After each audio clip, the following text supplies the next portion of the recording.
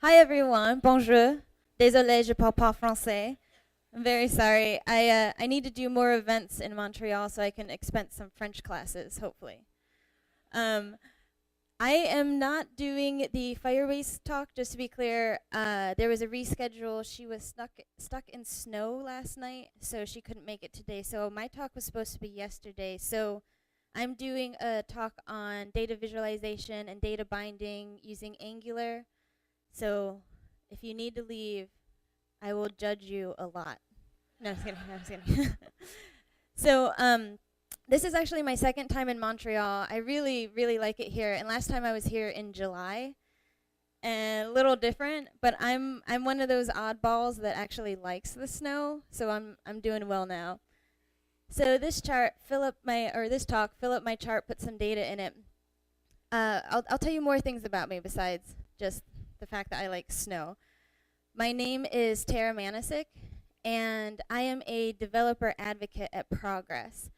And the last place I went to, not a lot of people knew what a developer advocate was, and so I just thought I'd explain it a little bit real quick, because I'm here.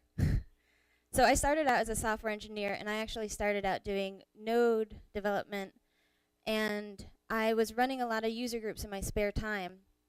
And it's basically what it sounds like. I advocate for developers. So whatever product I work on, I try to make resources and references to help you use the product, but I also take information that you have about the product and try to bring it back to our team to make our product work for you. And one of the user groups I started the Women Who Code branch in Cincinnati. And after that, another organization started, Cincinnati Women in Tech. So we're just starting to really build the community in Cincinnati around women in technology. So it's really great to be here to see these other communities that are growing. So thank you for having me. Here's my information. You can find me on Twitter at tzmanics and GitHub at tzmanics. And this is my dog's derp face. So I thought you would all appreciate that. So I want to ask you a really deep question to consider. I want you to think about, what are we all doing here? I'm just kidding. I just want to talk about what we're doing in this session. So let's cover the what, the why, the who, and the how. First of all, what are we doing? So we'll be creating data visualizations, some charts and graphs, to look at different ways to showcase your data. And to do that, first we'll bind an array. Because a lot of times when you get data, you're using an array of data. You're messing with a CSV, you're getting data in. A lot of times it's an array. So that's one of the most fundamental ways that you're going to bind data. So that's the first one we'll look at. Then we'll look at using two-way data binding. And this is concentrating on Angular's two-way data binding.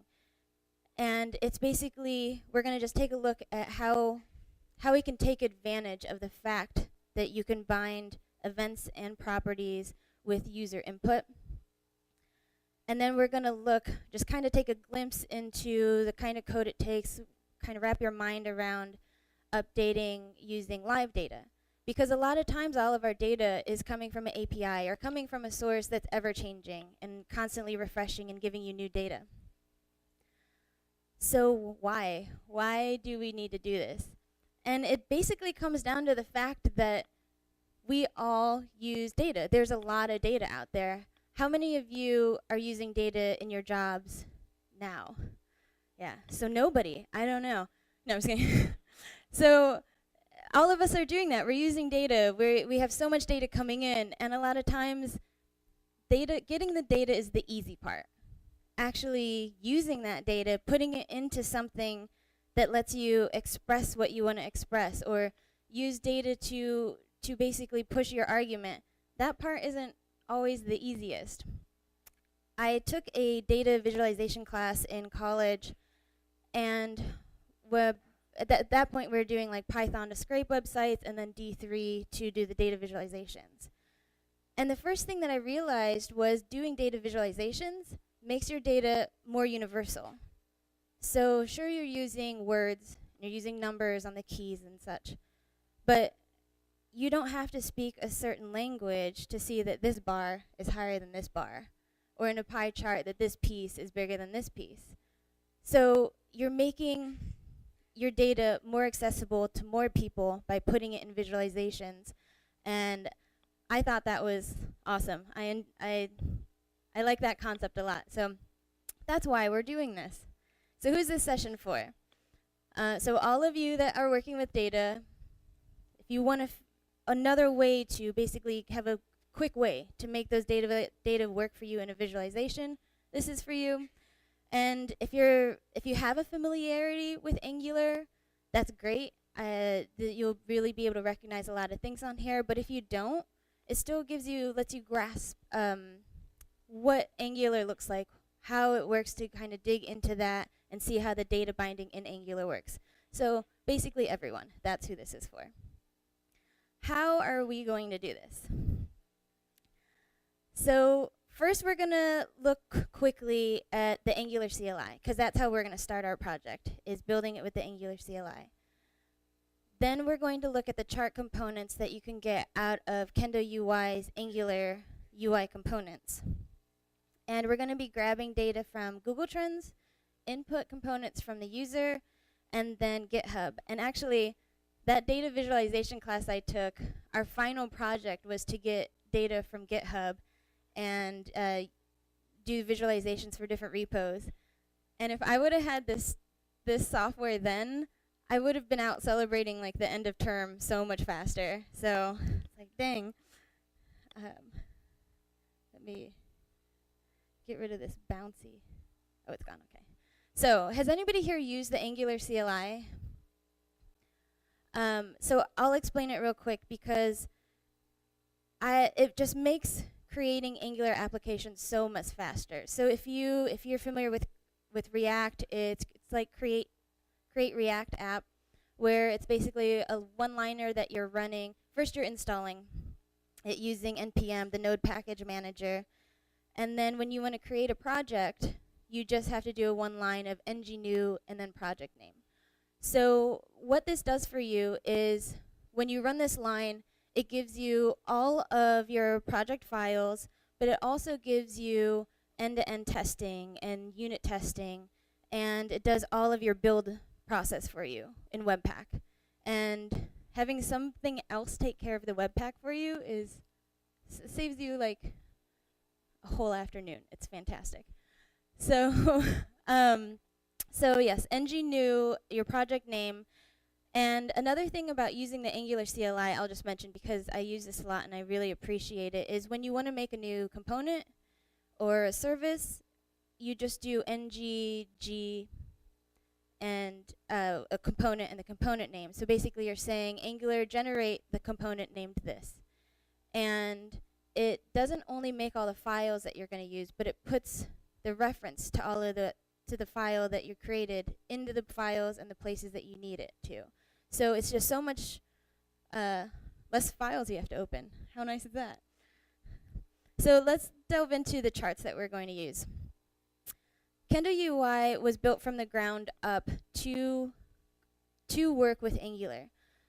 And the big thing about that is that there are no wrappers. A lot of different ones that like UI libraries that you see will say that it's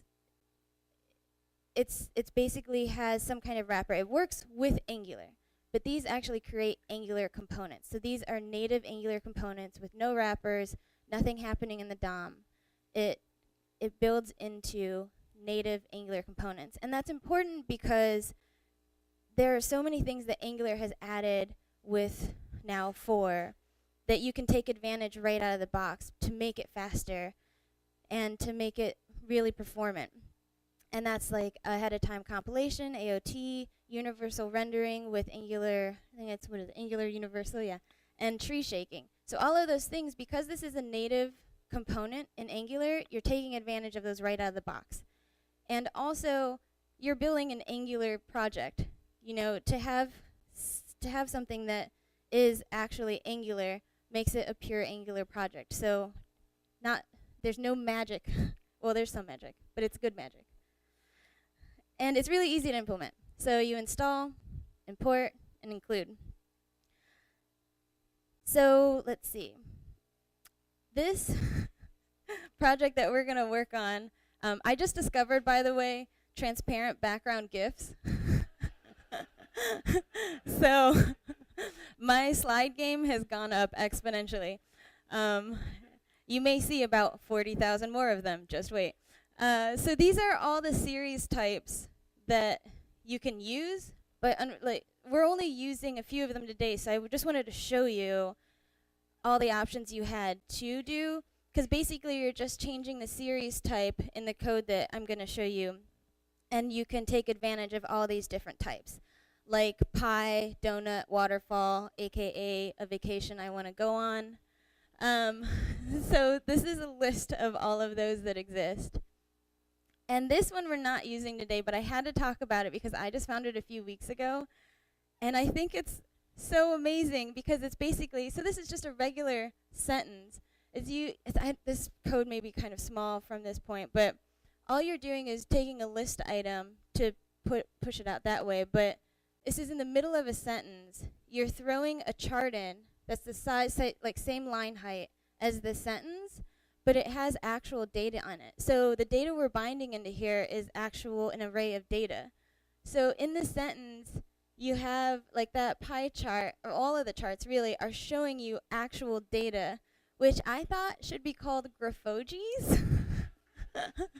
But they threw that out immediately and was like, no, Tara, it's called sparkline charts. Stop it.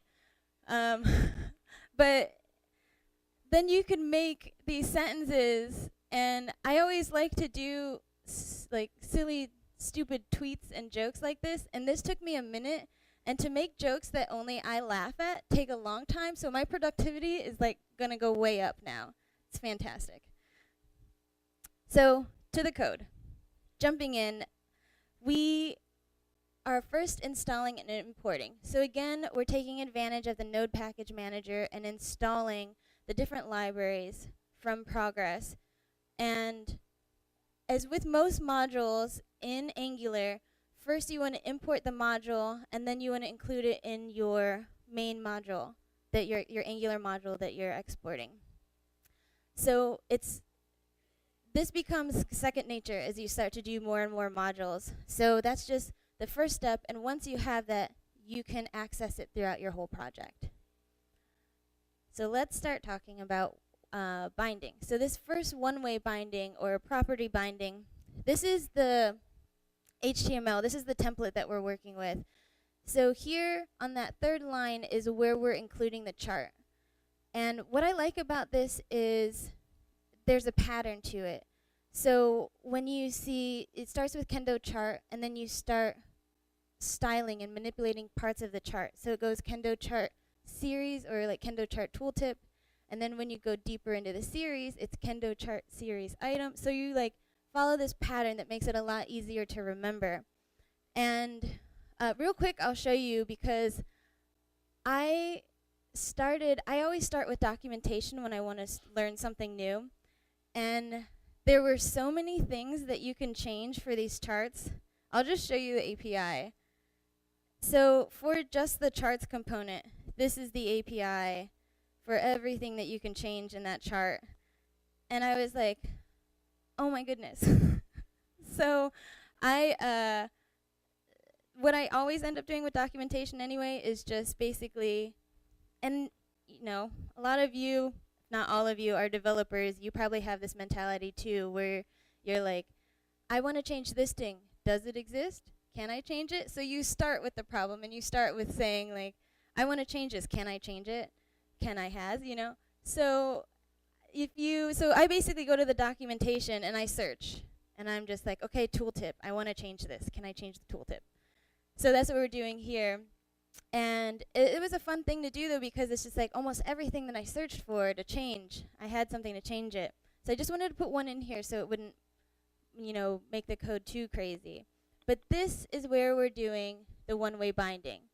And the way this syntax works in Angular is when you see the square brackets, that's when you're handling properties. That's when you're talking about properties.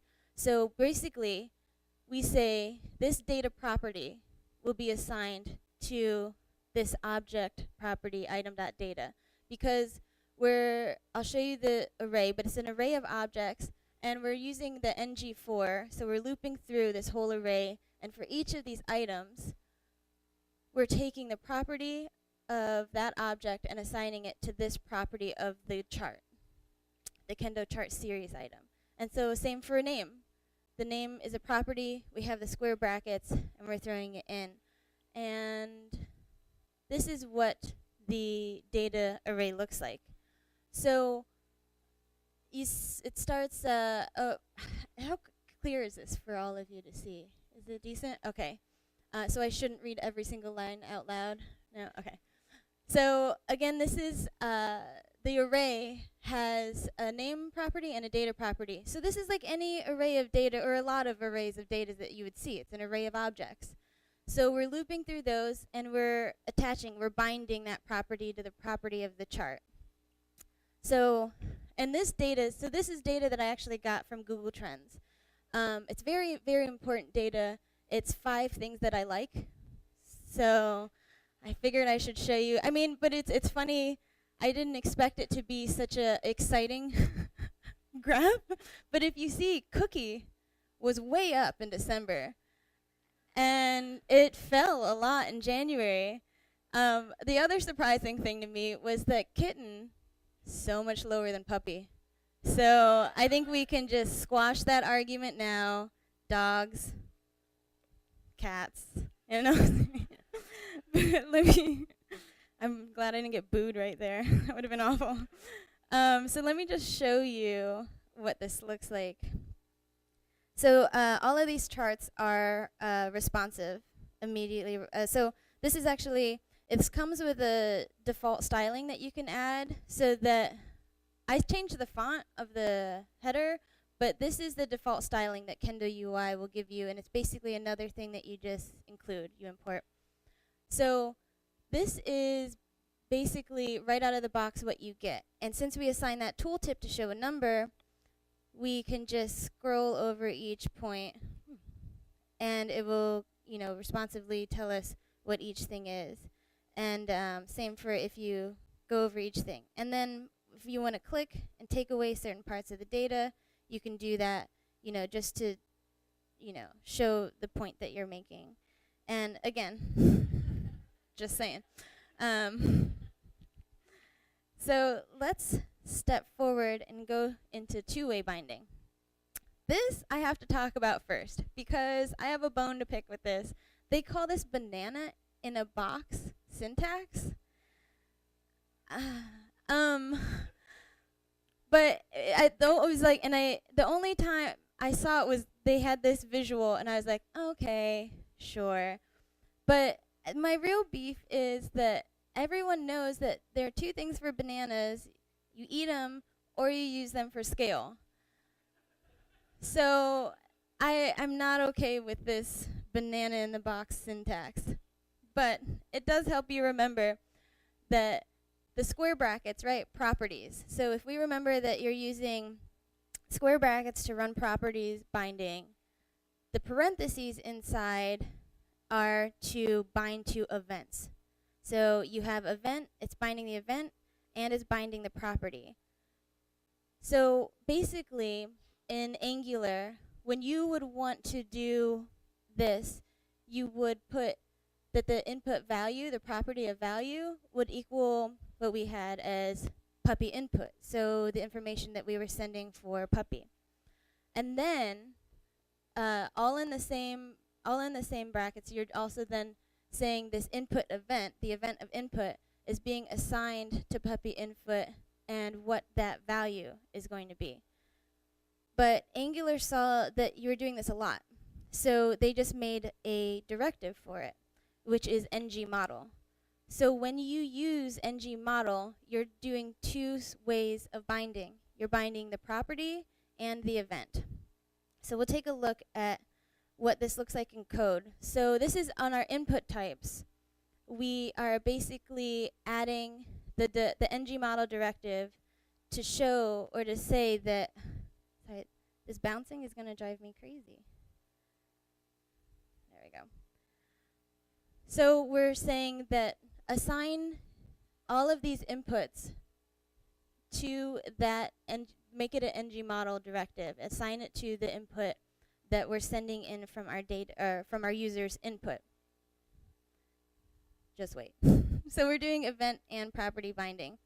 So then when we do the pie chart, so we're pulling in the chart, and then on the series items, we're assigning that data to that ng model. We're assigning the value of the data in the chart to the ng model. So let's take a look at how that works. Oh. So right now it's blank. We don't have any input in there. But as soon as we start to add things, you immediately get the value for that chart, because it's saying an event has happened that we've put data in here, and I know that that property is equal to the value of that chart property of data.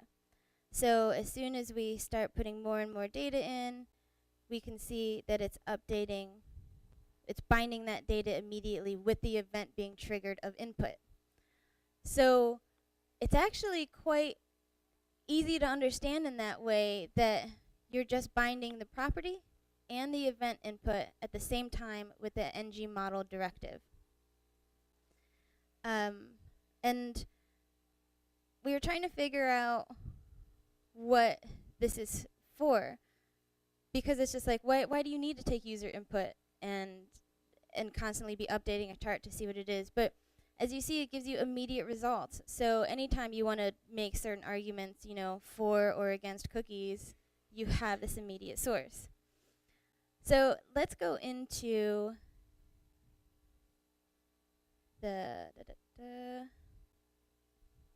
into binding the live data. So this is a lot more robust. This is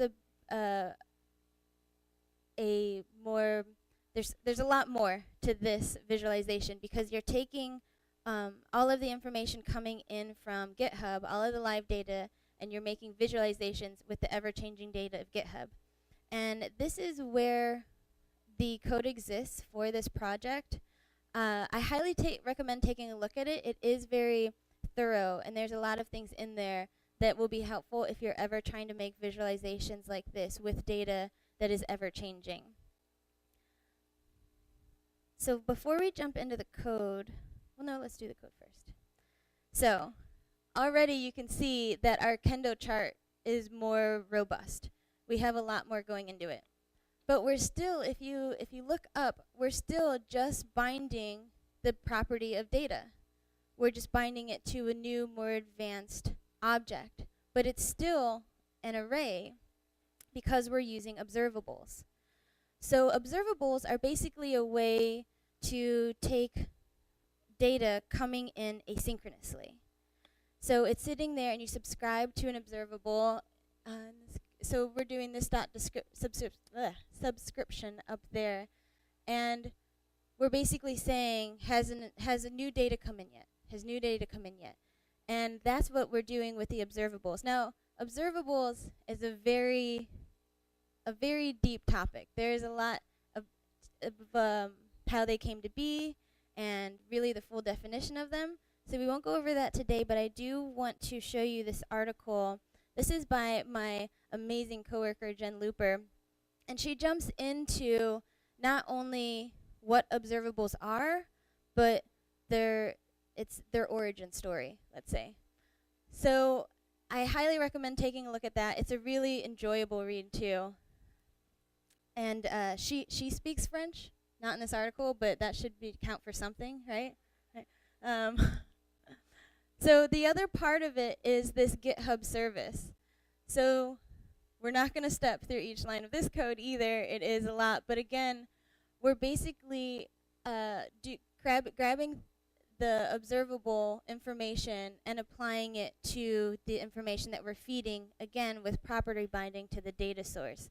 So really, you still have the fundamentals that we started out with, and now you're beefing them up. You're giving more information in there, and you're taking advantage of observables to give you that information as it comes in asynchronously. So let's take a look at what those charts look like. And on the GitHub repo that I had the link for, it has the link for this site too. So these are the data visualizations that you're getting back from the live data. So with the charts, again, you have all of these different interactions that you could put into play. And this is the donut one. I'm a fan of donuts in general, but also this chart. And again, you can take away, it's hard to use a mouse when you don't look at it. You can take away certain parts and basically give your data, or basically make your data more for what you're looking for, the information that you're trying to pull. And this is actually also taking advantage of the grid module. And this is another one where, again, you have, when you try to make this in just Angular, it's a lot of code. And we basically take all of that and cut down the work for you. So you can make more robust apps faster, and it's still native Angular. And if you check out the documentation, I just want to point this out because I found this extremely helpful, because when I go to documentation, it means I broke something. And so this not only lets you see what it should look like at the end, but also it lets you look at the source code. So that grid, basically, you're just throwing in these few columns into it and an array of data. But also, is anybody familiar with Plunker? Nice. So Plunker is, here's the definition. No, I'm just kidding. So this lets you step through the code and like actually look at what's happening, and you can change it live. And I think that's really great because as you're going through and learning new things about how to use these components, you can actually step through the code and change things. So I want to open up, before I finish, any questions that anybody may have. Yeah. I'm really mean when you ask questions. No, I'm kidding. So if you can, so let me ask you a question. And if you could think about this and maybe somebody can answer. If you had a hurdle when you were trying to showcase your data or use your data to showcase, like what stood in your way? Does anybody have an example of that?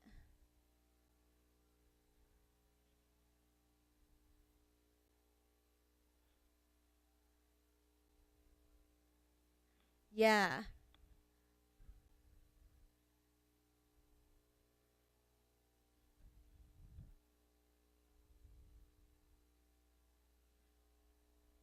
Yeah.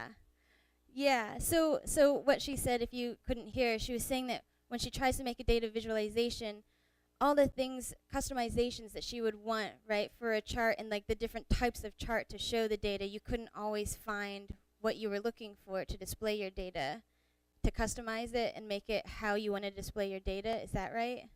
Nice. So I think that happens a lot, and I think like how I showed in the API, how there's so many different ways in here in this chart component to not only do the different series, but also change different interactions and different ways that you can style it. And that's what I like about the fact that it comes with a default style theme. So right away you can have something that looks good, but then when you want to customize it to how you want the style to change or interact, then you can just drill down in something that already exists. And here we have, again, a different kind of chart. This is the stock chart, but it gives you a different way to showcase the data. It actually gives you two different ways to showcase the data in one chart. But again, the different series that, I can go back to that slide that I like. All the different series that we have really lets you not only take advantage of the different types, but like with the area and vertical area, you can also do it stacked. And basically it gives you a bunch of different ways to even just try it out, because again, all you're changing in the code, you like this jumping around, is the type here, line, and then how you assign each part of your data to the different part of the different showcase. So which which axes are you working with dependent on the chart. So it gives you a way to experiment the different types without changing too much code at all. Any other questions? That's fine, because I'm going to be here all day and all tomorrow. So I just wanted to wrap up and kind of say that I hope what you took from this was a little more understanding of how you can bind data in the different ways, and a little bit clearer of describing what's happening with two-way binding, and understanding that when you see that the square brackets, you're doing properties. When you see paragraph, you see events, to kind of put it down to a level that makes a little more sense. And that if you want to, there are ways at least that exist for all that data that you collect, that you bring in. There are ways that should help you make it more clear and more usable to your users faster. So again, my name is Tara Manicsic. Oh, did you have a question?